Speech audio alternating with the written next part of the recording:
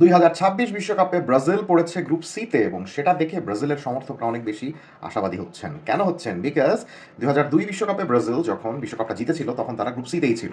আবার 2018 সালে ফ্রান্স যখন বিশ্বকাপ জিতলো তখন ফ্রান্সও গ্রুপ সিতে ছিল। শুধু তাই নয়, গত বিশ্বকাপ যখন আর্জেন্টিনা জিতলো, Argentina was in group C as well. So ওইটা দেখেই ব্রাজিলিয়ান সমর্থকরা অনেক বেশি আশাবাদী হচ্ছেন যে না, এবার হয়তোবা তাদের হেক্সার ওই অপেক্ষাটা ঘুচবে। সো হেক্সা পর্যন্ত যাওয়ার জন্য ফার্স্টে যে জিনিসটা করতে হবে, আপনাকে প্রথম রাউন্ডটা পার হতে হবে। তো অবশ্যই ব্রাজিলের মতো শক্তিশালী দল প্রথম রাউন্ড পার হবে, এটা নিয়ে কারো কোনো সন্দেহ থাকার কথা নয়। তার উপরে এবারে বিশ্বকাপের যে ফরম্যাট, সেই ফরম্যাটে আসলে প্রথম রাউন্ড থেকে ব্রাজিলের মতো দলের বাদ যাওয়াটা অনেক কষ্টকর। আমার মনে হয় না ব্রাজিল সেই কষ্টের মধ্য দিয়ে যাবে, কিন্তু তাই বলে ব্রাজিলকে যে তার গ্রুপ সঙ্গীরা গ্রুপ স্টেজে কষ্ট দিবে না বা প্যারা দিবে না, ব্যাপারটা সেরকম নয়। বেশ ভালোই প্যারা খাবে ব্রাজিল তার গ্রুপ সঙ্গীদের কাছ থেকে। কেন? Because of the quality of those teams. আপনারা জানেন যে গ্রুপ সিতে ব্রাজিলের গ্রুপ সঙ্গী হয়েছে মরক্কো, স্কটল্যান্ড এবং হাইতি। মজার বিষয় হলো 98 ওয়ার্ল্ড কাপে ব্রাজিল যখন বিশ্বকাপ জিতেছিল তখনও ব্রাজিলের গ্রুপের মধ্যে এই মরক্কো এবং এই স্কটল্যান্ডই ছিল, খালি হাইতির জায়গায় ছিল নরওয়ে। তাই 1998 সালের অনেক স্মৃতি এই বিশ্বকাপে ব্রাজিলের ক্ষেত্রে চলে আসছে এবং চলে আসাটাই স্বাভাবিক। সো এই ভিডিওতে আমি ডিসকাস করবো যে ব্রাজিলের যে তিনটা গ্রুপ সঙ্গী রয়েছে তারা ঠিক কেমন ফুটবল খেলে। আমি অত বেশি ডিটেইলড ট্যাকটিক্যাল অ্যানালাইসিস যাবো না, জাস্ট একটা ফার্স্ট রিয়াকশন আপনারা এই ভিডিওটাকে ধরে নিতে পারেন। সো ফার্স্টলি আসা যাক মরক্কোর ব্যাপারে। মরক্কো গত কয়েক বছর ধরে অসাধারণ ফুটবল খেলছে এবং দুর্দান্ত সফল একটা দল। আপনারা সবাই জানেন, গত বিশ্বকাপ যারা দেখেছেন তারা খুব ভালো মতো জানেন যে মরক্কো কি কি করছে। স্পেন এবং পর্তুগালের মতো দলকে বিশ্বকাপ থেকে বিদায় করে দিয়ে তারা বিশ্বকাপে চতুর্থ হয়েছিল এবং যেই কোচ মরক্কোর পক্ষে এই অসাধ্য সাধন করেছিলেন সেই ওয়ালিদ রেগ্রাগি, তিনি এবারও মরক্কোর কোচ আছেন। তাই মরক্কোর দলটা আগে থেকেই এবার অনেক বেশি ওয়েল ব্লেন্ড। তারা আগে থেকেই খুব ভালো মতো জানে যে তাদের কোচ তাদেরকে কিভাবে খেলাবেন, কোন ফরমেশনে খেলাবেন এবং কোন ট্যাকটিক্সে খেলাবেন। গতবারের মতো অস্বাভাবিক জিনিসপত্র হবে না। অস্বাভাবিক জিনিসপত্র কেন বলছি? কারণ গত বিশ্বকাপের ঠিক 3 মাস আগে মরক্কো তাদের কোচ ভালিদ হালিলহোভিচকে ছাঁটাই করে এই ওয়ালিদ রেগ্রাগিকে নিয়ে এসেছিল। সো আপাতত আমরা ধরে নিতে পারি যে এই বিশ্বকাপের আগে মরক্কো ওই ভলাটাইল সিচুয়েশনের মধ্য দিয়ে যাবে না। আবার বলাও যায় না, সামনেই আর কয়েকদিন পর থেকেই যেহেতু আফ্রিকান কাপ অফ নেশনস শুরু হচ্ছে, সো ওই আফ্রিকান কাপ অফ নেশনসে মরক্কো যদি প্রত্যাশিত ফলাফল না অর্জন করতে পারে তাহলে কিন্তু ধরে নেওয়া যেতে পারে যে কোচ ওয়ালিদ রেগ্রাগির চাকরি কিন্তু টানাটানি পড়ে যেতে পারে। কারণ মরক্কোর কর্তা ব্যক্তিদের মাথায় একটু গরম আছে। দেখা যায় যদি গত আফগানের মতো এই আফগানও যদি মরক্কো শিরোপা না জিততে পারে তাহলে কিন্তু একটা নেগেটিভ ইম্প্যাক্ট পড়তে পারে এই কোচের উপরে। এই গত কয়েক বছরে বিশ্বকাপে চতুর্থ স্থান অর্জনের পর মরক্কোর হিস্ট্রিতে যদি কোনো একটা কালো দাগ থেকে থাকে সেটা হলো এই গত আফগানে দ্বিতীয় রাউন্ড থেকে বিদায় হয়ে যাওয়া। সাউথ আফ্রিকার এগেনস্টে 2-0 গোলে তারা হেরে গিয়েছিল। পূর্ণ শক্তির দল নিয়ে নেমেছিল, কিন্তু ওয়ালিদ রেগ্রাগি যিনি কিনা বিশ্বকাপে স্পেন এবং পর্তুগালকে হারিয়ে দিয়েছিলেন, তিনি এই আফগানে সাউথ আফ্রিকার বাধা পেরোতে পারেননি। কিন্তু তাই বলে যে দলটার শক্তি কমে গিয়েছে তা নয়। 2022 বিশ্বকাপে মরক্কো যেরকম দুর্দান্ত ফুটবল খেলেছিল, যেরকম একটা ভার্সাটাইল ফুটবল আমাদেরকে দেখিয়েছিল, যখন প্রয়োজন তখন তারা লো ব্লকে খেলেছে, যখন প্রয়োজন তখন তারা আক্রমণাত্মক ফুটবল খেলেছে, এবং এই ভার্সাটাইল ট্যাকটিক্স যে সকল খেলোয়াড়ের সাহায্যে দেখানো সম্ভব হয়েছিল সে সকল খেলোয়াড়রা কম বেশি এবারের বিশ্বকাপেও থাকবেন বলে আমরা মনে করে নিতে পারি। স্পেশালি গোলবারের নিচে গোলরক্ষক ইয়াসিন বনু, ডিফেন্সে আশরাফ হাকিমি, নুসাইর মাজরাউইর মতো খেলোয়াড়েরা, মিডফিল্ডে আজাদিন ওনাহি এবং সোফিয়ান আমরাবাদের মতো কিছু দুর্দান্ত মিডফিল্ডার, ফরওয়ার্ড লাইনে সেই পর্তুগালকে কাঁদানো ইউসেফ এন নাসেরি এবং হাকিম জিয়েশ, সোফিয়ান বুফল হয়তোবা এবারও থাকবেন। সো এই সকল খেলোয়াড়ের বাইরেও মরক্কো একাধিক প্রতিভাবান খেলোয়াড়কে এবার নিয়ে আসছে এবং সেই একাধিক প্রতিভাবান খেলোয়াড়ই কিন্তু ব্রাজিলকে অনেক টেনশনে ফেলতে পারে। কিভাবে টেনশনে ফেলতে পারে সেটাই এক্সপ্লেন আমরা করি। মরক্কোর দুই ফুল ব্যাকের দিকে যদি আমরা তাকাই তাহলে আমরা মোটামুটি নিশ্চিত যে আশরাফ হাকিমি এবং নুসাইর মাজরাউই দুজনই রাইট এবং লেফট ব্যাকের ভূমিকাতে খেলবেন। কিন্তু কোনোভাবে যদি এই দুজন না খেলতে পারেন তাহলেও কিন্তু কোয়ালিটির দিক দিয়ে খুব বেশি খারাপ ফুলব্যাক নিয়ে মাঠে নামবে না মরক্কো, বিকজ তাদের বেঞ্চেও দুর্দান্ত কিছু ফুলব্যাক রয়েছে। আপনি রাইট ব্যাকের দিকে তাকান, তাদের রয়েছে ওমর এল হেলালির মতো একজন রাইট ব্যাক, যিনি কিনা আমার দৃষ্টিতে গত সিজনে লা লিগার অন্যতম সেরা রাইট ব্যাক ছিলেন। লেফট ব্যাকের দিকে তাকান, পিএসভিতে খেলা লেফট ব্যাক আনাস সালাউদ্দিন, যিনি কিনা গত সিজনে এএস রোমার মতো ক্লাবে খেলেছিলেন। শুধু তাই নয়, রয়েছেন অ্যাডাম অ্যাজনিউ, যিনি কিনা বর্তমানে এভারটনে খেলছেন এবং গত সিজনেও বায়ার্ন মিউনিখের মতো দলে খেলেছিলেন। সো তাদের ফুলব্যাক নিয়ে মোটামুটি কোনো সমস্যা নেই। আশরাফ হাকিমি বা নুসাইর মাজরাউই যদি ঠিকমতো নাও খেলতে পারেন তাহলেও তাদের বেঞ্চে পর্যাপ্ত পরিমাণ ব্যাকআপ রয়েছে, ঠিক যেমনটা ব্যাকআপ রয়েছে সেন্টার ব্যাকের ক্ষেত্রেও। গত বিশ্বকাপে আমরা দেখেছিলাম যে বয়স্ক রোমাইন সাইস দলের ক্যাপ্টেন ছিলেন খুব সম্ভবত।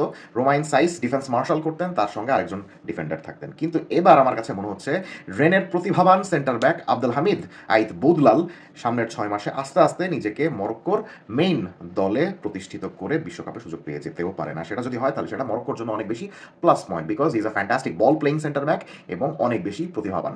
রয়েছেন নাইফ আগেরদো, যিনি গত সিজনেও ওয়েস্ট হ্যামের মতো দলে খেলেছিলেন। মিডফিল্ডে যদি আমরা আসি, মিডফিল্ডে তো অবশ্যই গত বিশ্বকাপের সোফিয়ান আমরাবাত এবং আজাদিন ওনাহি তো রয়েছেনই। শুধু তাই নয়, আরও কিছু প্রতিভাবান number 8 box to box midfielder এবং অ্যাটাকিং মিডফিল্ডার রয়েছেন, যারা কিনা মরক্কোকে 4-3-3 ফরমেশনে খেলতে অনেক বেশি সহায়তা করতে পারেন। এখন মরক্কোর সুবিধার জায়গাটা এটাই যে তারা 4-3-3 ফরমেশনে খেললেও যখন প্রয়োজন তখন তারা লো ব্লকে একদম দাঁত কামড়ে ডিফেন্সও করতে পারে, প্রতিপক্ষর হাতে পজিশন ছেড়ে দিয়ে আবার চাইলে ফ্লুইড অ্যাটাকিং ফুটবলও খেলতে পারে। এখন তাদের এই স্টাইলের পরিবর্তনটা আমরা দেখব প্রতিপক্ষ অনুযায়ী। যদি দেখি যে না অতিরিক্ত শক্তিশালী টিমের এগেনস্টে খেলতে নামছে তারা, তাহলে অফকোর্স গত বিশ্বকাপের পর্তুগাল এবং স্পেনের এগেনস্টে তারা যেভাবে দাঁত কামড়ে ডিফেন্স করেছিল, তারা যেভাবে মাত্র 20-22% বল পজিশনে রেখে ম্যাচ জিতে এসেছিল, ওরকম কোনো একটা লো ব্লক ডিফেন্স আমরা দেখতে পারি। আবার দুর্বল দলের এগেনস্টে দেখতে পারি যে 4-3-3 ফরমেশনে মরক্কো দুর্দান্ত ফ্লুইড ফুটবল খেলছে। সো এই ভার্সেটালিটিটা তাদের রয়েছে। মিডফিল্ডে আরও কিছু দুর্দান্ত নাম্বার 10 এবং নাম্বার 8 এর কথা আমি বলছিলাম। এদের মধ্যে সবার ফার্স্টেই বলতে হয় রিয়াল মাদ্রিদের ব্রাহিম দিয়াজের কথা। ভদ্রলোক স্পেনের হয়ে খেলতে পারতেন, কিন্তু মরক্কোর ডাকে সাড়া দিয়ে মরক্কোতেই খেলছেন এখন। বলা যেতে পারে সদ্যই বায়ার লেভারকুসেনে যোগ দেয়া এলিয়াসে বেন সেগিরের কথা। অত্যন্ত প্রতিভাবান একজন উইঙ্গার কাম মিডফিল্ডার। তাকে ট্যাকটিক্স অনুযায়ী যে কোনো পজিশনে খেলানো যায়, মিডফিল্ড থেকে উইংয়ের মাঝখানে।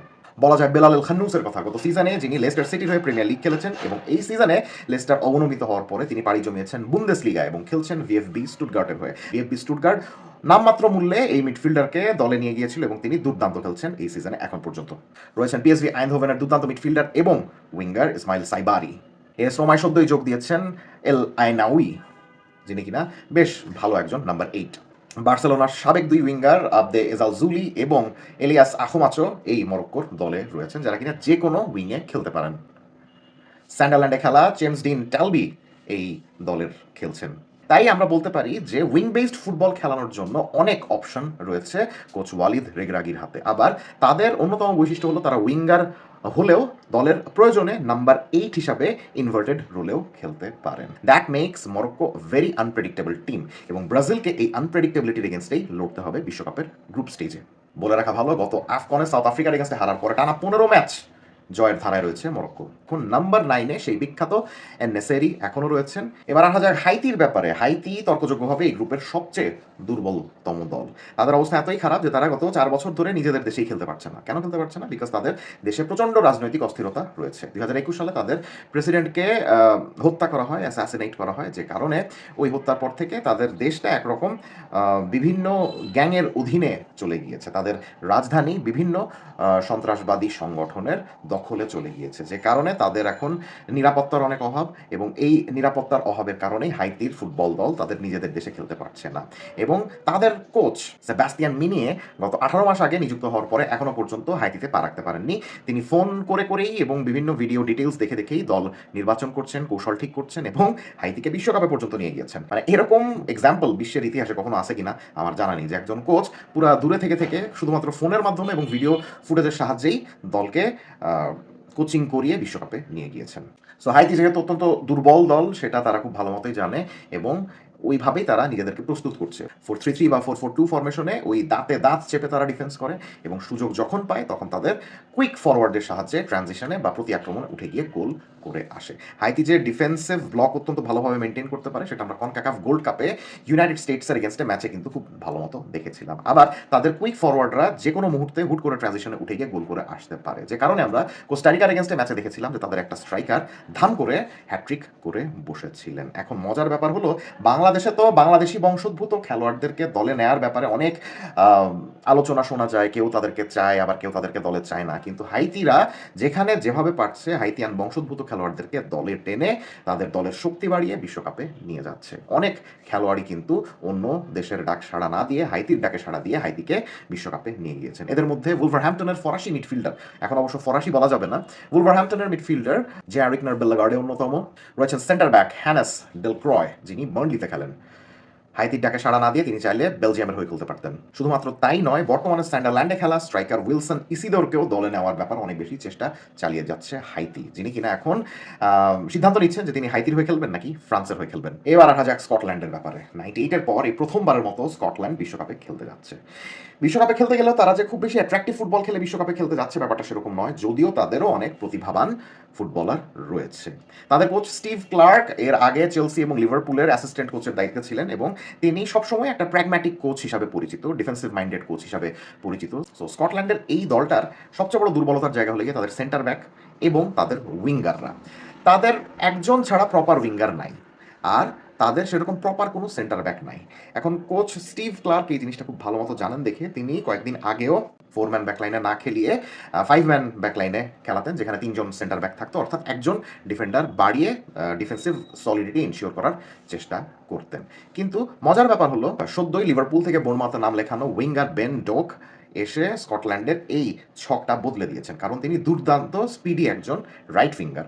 তিনি আসার পরে স্টিভ ক্লার্ক এই রাইট উইঙ্গারকে বেশ ভালো মতো ইউজ করছেন, যে কারণে তারা 5 ম্যান ব্যাকলাইন থেকে সরে এসে 4 ম্যান ব্যাকলাইনের একটা কৌশল নিয়েছে, ট্যাকটিক্স নিয়েছে। তারা 4-2-3-1 বা 4-3-3 ফরমেশনে কখনো কখনো খেলছে। স্কটল্যান্ডের 4-2-3-1 ফরমেশনের সবচেয়ে বড় প্রবলেম সেটা হলো গিয়ে কোচ স্টিভ ক্লার্ক তার হাতে যতগুলো সুপারস্টার রয়েছে সবাইকে একসঙ্গে খেলাইতে চান। এখন স্কটল্যান্ডের প্রবলেম হলো গিয়ে তাদের অনেকগুলা সেন্ট্রাল মিডফিল্ডার রয়েছে। সেন্ট্রাল মিডফিল্ডার বা সেন্ট্রাল অ্যাটাকিং মিডফিল্ডার বা ডিফেন্সিভ মিডফিল্ডার সবাই সেন্ট্রালাইজড মিডফিল্ডার অনেকগুলো রয়েছে। যেমন নাপোলিতে খেলা বিলি গিলমোর বা স্কট ম্যাকটাওমিনাই, অ্যাস্টন ভিলায় খেলা জন ম্যাকগেন, বোলোনিয়াতে খেলা লুইস ফার্গুসন। এখন চারজনকে একসাথে খেলাইতে গিয়ে যেটা হয় যে 1-2জন মিডফিল্ডারের দায়িত্ব পড়ে উইং সামলানোর, যে কারণে দেখা যায় জন ম্যাকগেন বা লুইস ফার্গুসন এরা অনেক সময় উইংয়ে খেলেন, যেটা কিনা স্কটল্যান্ডের জন্য সুবিধার কিছু নয়। কারণ খেলা যখন স্টার্ট হয়ে যায় তখন দেখা যায় যে তারা সবাই সেন্ট্রালাইজডই হয়ে যাচ্ছেন এবং যে কারণে স্কটল্যান্ডের কোনো উইডথ থাকে না। সো ব্রাজিলের এগেনস্টে স্কটল্যান্ড যখন খেলতে নামবে তখন ব্রাজিলের এই একটা অ্যাডভান্টেজ থাকবে যে তারা যদি দুর্দান্ত উইং প্লে ইনশিওর করতে পারে তাহলে তারা স্কটল্যান্ডকে হারাতে পারবে। সো মোটামুটি এই ছিল ব্রাজিলের 3জন গ্রুপ স্টেজের প্রতিপক্ষ। কমেন্ট সেকশনে জানিয়ে দিবেন যে ব্রাজিলের এই 3জন গ্রুপ সঙ্গী নিয়ে আপনারা কে কি ভাবছেন। Let's have a discussion.